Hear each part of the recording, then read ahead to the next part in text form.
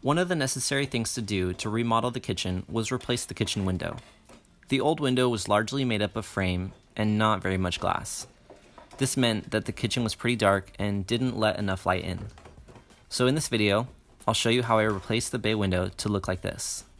There's lots of steps to do beforehand, so here's the process I'll be taking. First, I'll install a temporary header at the ceiling to support the roof, so it doesn't collapse. Then I can start removing all the framing that has to be redone, since the new window is slightly wider and extends both up and down from this old window.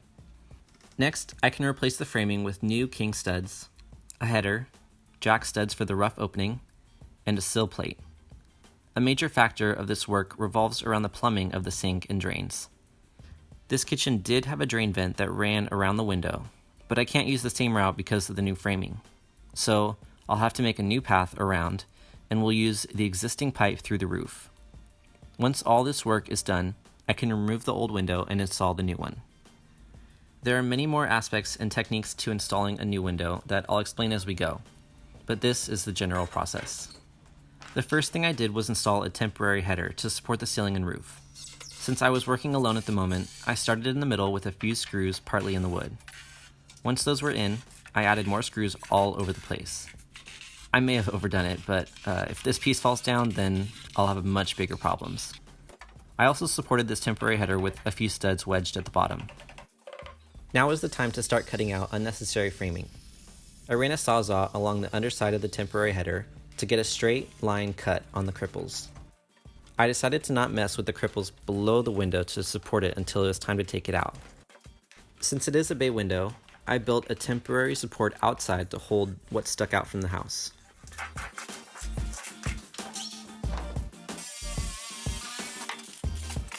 I decided to make the new header as wide as this opening right here. Just under 79. I made the header out of two 2x6s glued and screwed together. You don't want the header to have a gap on either side, so I made it just slightly bigger than the opening to wedge it in. I first screwed it in on one side so it would hold. Then I brought in a stud for the other side. I used a sledgehammer to wedge it in. Because the drain vent pipe will pass through this stud, I turned it sideways. I then removed the screws and wedged the stud on the other side of the header. Because the header is wedged in there, it supports the cripples that are behind the temporary header.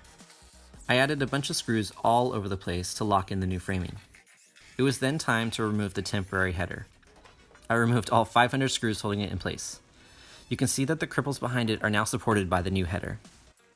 I won't show much of the electrical work in the kitchen because it was a mess to sort through, but here you can see some of the nasty old wire that had to be cut out. Don't worry, I made sure that all the breakers were off before I started cutting and pulling wires. In order to make enough room for the new drain vent piping, I had to notch out just a bit of the new header. The new window will extend lower than the old one. That means the piping below the window will have to be at a lower angle. I notched out the cripples to make a new path.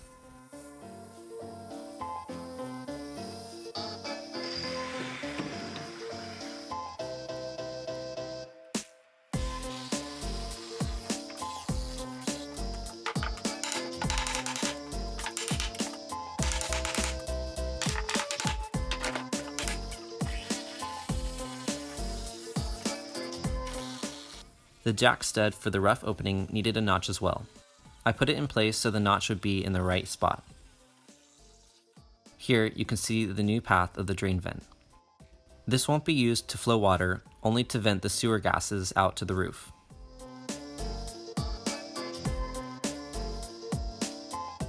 The new window finally arrived and it was time to put it in place.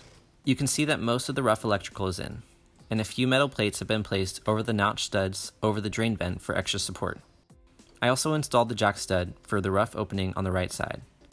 We took out any screws still holding the window up, and even took out the center pane to prevent a broken glass accident.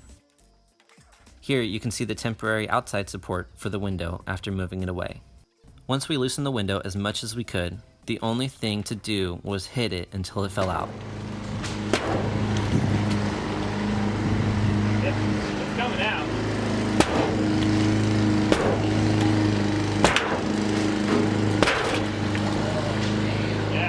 Yeah, it's about to just fall out. Yeah, I probably killed the plant.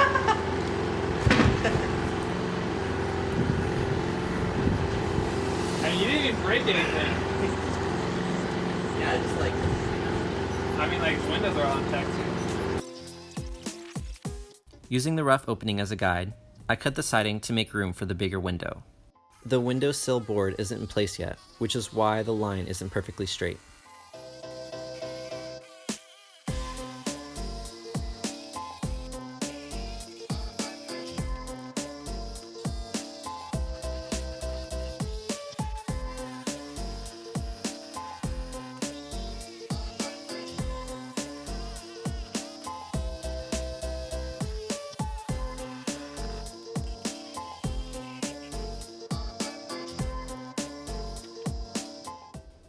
I couldn't resist taking the shortcut.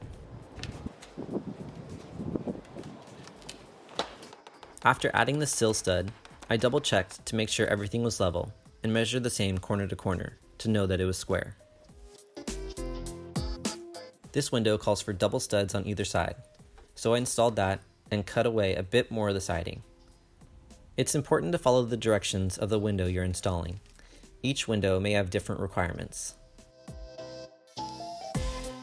The last thing to do was pop in the new window. We followed the instructions that has it screwed in from the inside.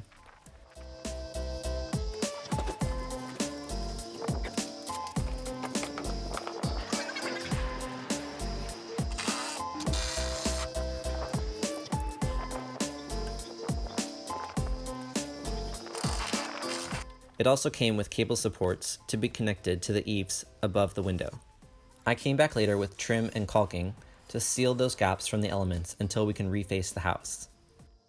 Already, the window makes a huge difference to the room. It lets in so much more natural light and will anchor the openness of the kitchen. Okay, that's it for now. See ya. You put a hole in your house.